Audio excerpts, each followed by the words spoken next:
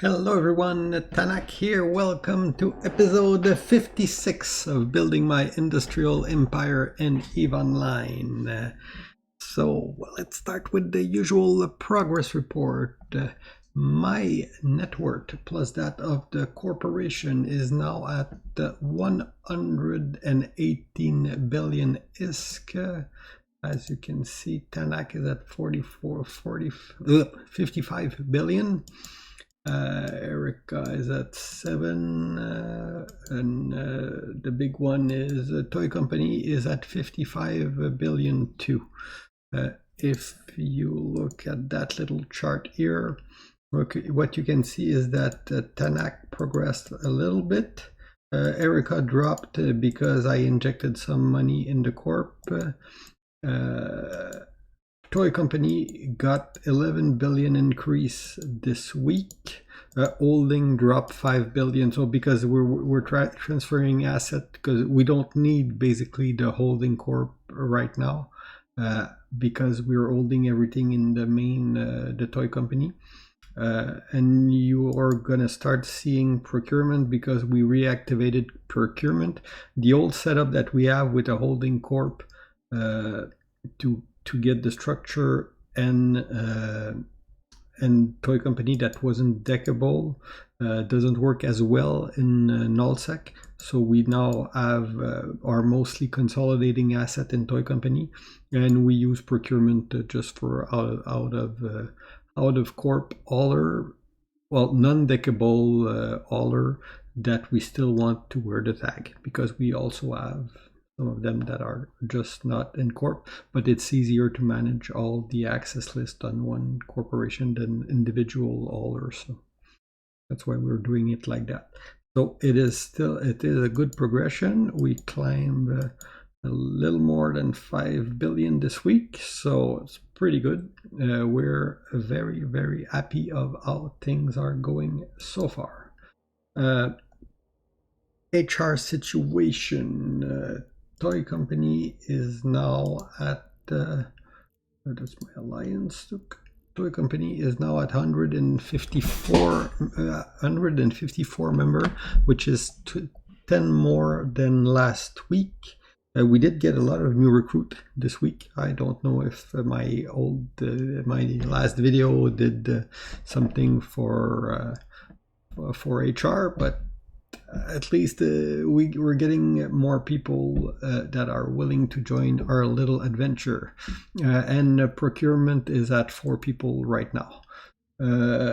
I kind of expect that it might go down a little bit as we move some character to procurement, but both corp together should stay pretty much stable and grow. I mean, like any other large group, you have attrition, you have people that are doing other stuff in real life.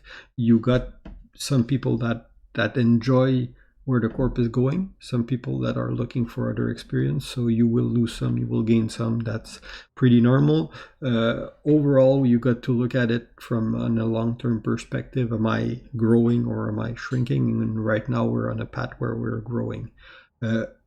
Just to see if our member were actually appreciating life in Null, we did a survey internally, and we are at about like 70% of our member are enjoying it a lot, and another 20% are enjoying it, but there's some aspect that they want to change, but it's stuff that we can change. Like some of them aren't really happy that we're not doing industry right now, but it is a transition period until we anchor industrial structure, so they will get access to even better industry in the next few weeks. So it's all stuff that we can change. Some people were more oriented, like more Care Bear oriented, more ISEC minor, and they didn't even go too low that often. So for them, the shift to null is not as enjoyable. Again, when you got a group of 150 people, you cannot you will never be able to please everybody. We're doing our best to try to provide an enjoyable experience for every member, and we'll keep doing that. But you can't have an average of 100% of people all please all the time. That just doesn't work with the law of number and people that like to do different thing in game. But still, it's very, very positive. Our members are super motivated, and we like where we are very much. So I will start straight away with the military, because it kind of is what it has been occupying us this week. So last Friday, when we left you, we had just reached an agreement with Scumlord over their system, and they owned at the beginning of when we arrived here, they owned 2ROG, Q-5, CR-M-Y, and WW-. And you had nuclear sheep in XQ-P. So at the end of last week, we had started acquiring those systems. So we had R-2 and Q-5 under our control. We had one right arrow here, which was on the last timer, and one here that was anchoring. So what happened? The beginning of the week, actually on Monday, we had the right arrow timer. So we had some small little battle trying to Entosis stuff left and right, but the big timer was the 2ROG right arrow, which was on his last timer. And what happened is Volta plus Triumvirate plus Wrecking Machine showed up with as support for Absolute Honor, Absolute Will, and Azure Citizen, which are like basically Azure Citizen, Absolute Will, Absolute Honor. They're the same group, so they have different entity. So they show up with a lot of people. So we had 42 people in fleet, and they had almost 200 if you count the Volta and Triumvirate group. So RFC pulled back because we weren't engaging a fleet of 200 people with 40 people. So RFC pulled back and they shut down the right arrow. They, for some reason, forgot to loot the core. So listen, guys, when you shoot down a structure, you loot the core, but they didn't. So they pull back, and after that, I don't know if it was overconfidence or because they saw us retreating and they thought they could push. But after Volta and Triumvirate left, the rest of the crew started to engage our structure, and we had an FC from Toilet Paper with a fleet that asked us if we wanted help. So we decided to even out the odd, and we agreed to their help because that was exactly what we needed. So thanks a lot for the Toilet Paper guy. You really helped us out on that one. So there was a huge battle where our team, which was mostly weapons of mass production plus toilet paper, and a few of our friends, fought against the Absolute Honor. We phoned Volta, which is a renter corp, which is also part of that group, which kind of explain why Volta is showing up to their fight, because they're Volta renter from what we understood. And then Absolute Will and like some other guy that joined their fight there. So anyway, 87 people against 144. And if you calculate the loss of all the system in the area, because the fight, it was multiple fight happening all over the place. It's like a very dynamic battle. If you calculate everything that was lost, we lost 3.8 billion in ship, our side, against their loss of 8 billion. And I talked to you about the Plucky Adventurer. Well, Plucky is basically picking off straggler from both sides and just shooting everybody. So they actually did a lot of damage to us and also to the enemy. A lot, like a big part of that damage is from Plucky also. So anyway, they lost 8 billion, we lost 3.8, but we managed to loot at least 800 million worth of loot from the battlefield. So that was like pretty awesome. So if you calculate the core that we got back, because the core is calculated in that price, and 8 million worth of loot that we got on the battlefield, our loss are not that big compared to, I mean, it's like a significant difference. So that was the fight on Monday. And then followed Entosis Battle. M-Y here was under Entosis. It was a system that we had received from Scumlord. Like we did the transfer based on our initial agreement.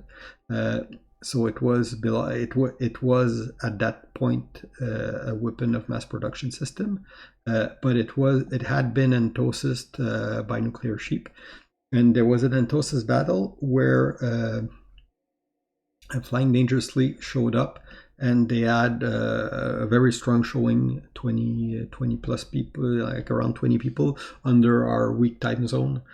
So we tried to engage them and kill the Entosis ship, but we couldn't. So they managed to take down the TCU. And the iHub timer was a little more favorable for us. It was later that night. I don't know if they had planned to attack it or not, but they didn't attack it. And we had enough people that we basically babysit the empty spot because they didn't anchor their own TCU. So we basically had people cloaked all around to keep anybody else from coming to place the TCU.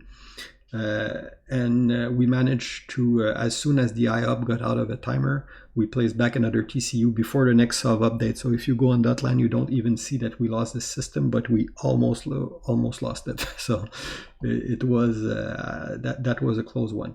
And then on Thursday morning, there was the rest of the system. Tuesday morning, sorry, there was the rest of the system.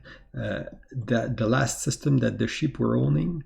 That had been also Entosis, so we did push the iHub and TCU for that system. So at that point we pushed them and we secured the last system of the constellation. That was Tuesday. Then we went into securing the space. There was some Entosis battle where they tried to actually start another Entosis fight, but our response fleet countered every attempt that they made to start an Entosis fight.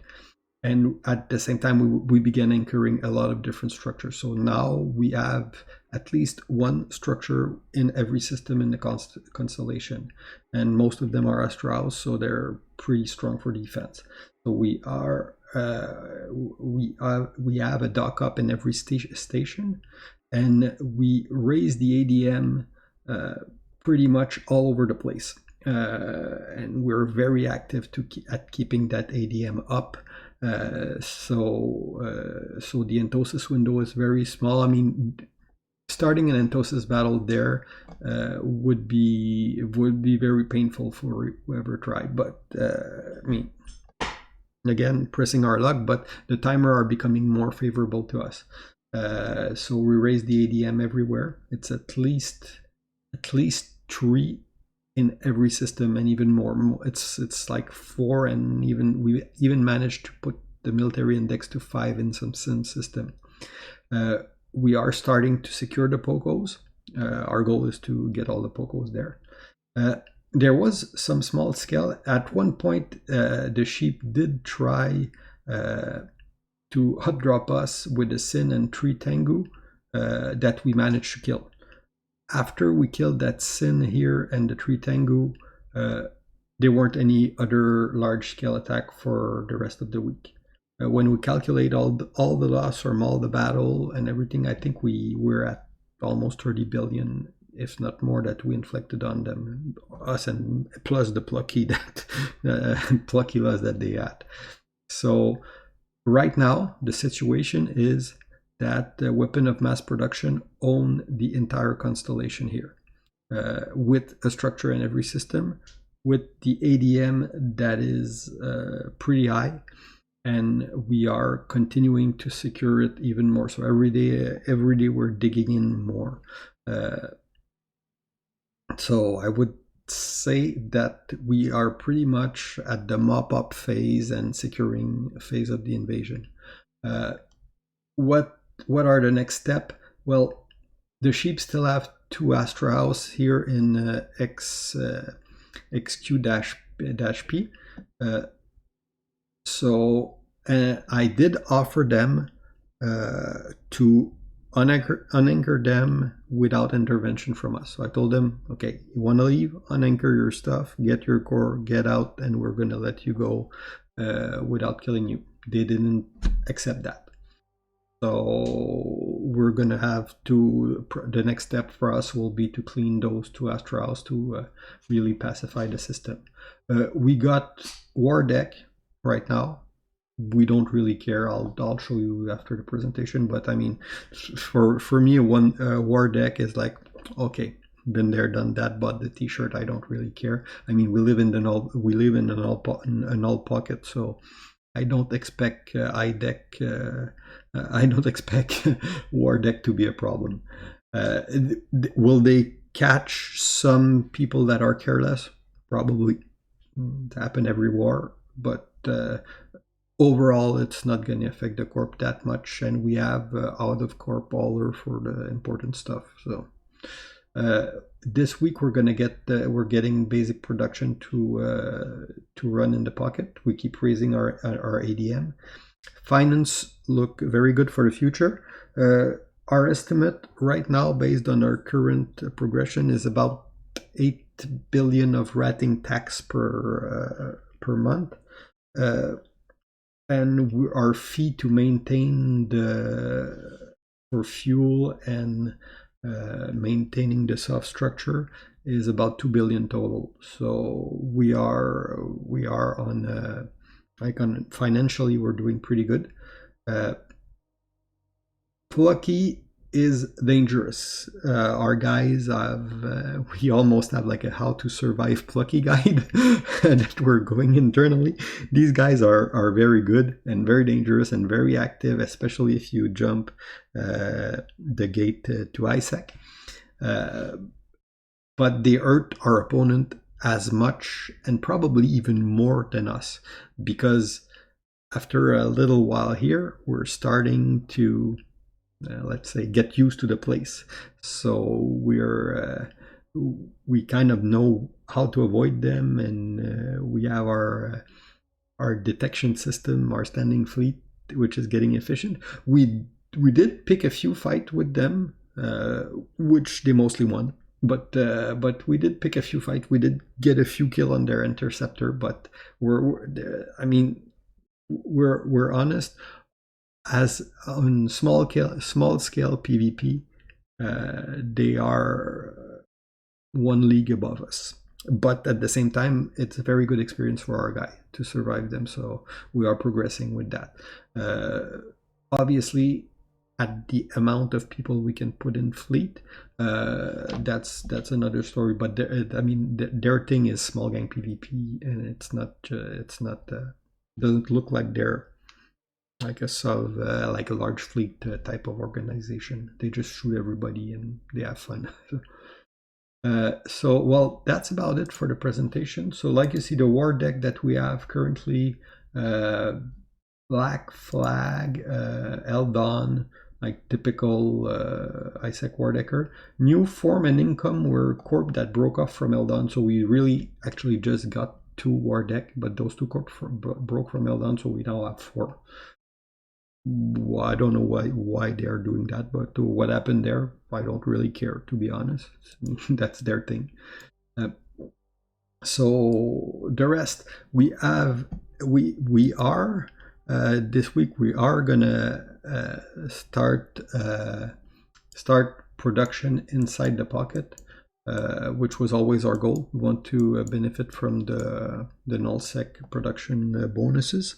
So we are starting to go toward that. We will we have a standing fleet culture that is becoming more and more active. So people are always on comm. People are responding if a guy get tackled. So we are getting used to that in all life. So we did change a lot how we operate based on how we were in low sec. So it is a little change of culture, but at the same time, it's very fun. It's more intense, obviously, but it is very very fun. We're having a blast here. So that's it for this week. Hopefully what you'll get to see next week is some industry that's starting in the pocket, us securing our space a little more, increasing our number, and that's it. And then we're probably going to have a few weeks of, once the pocket is secure, a few weeks of crabbing, because our goal is again to start anchoring large structure midterm and get into capital production. So I hope you guys enjoyed this week's episode, and well, leave a comment, and see you all next week. Bye bye.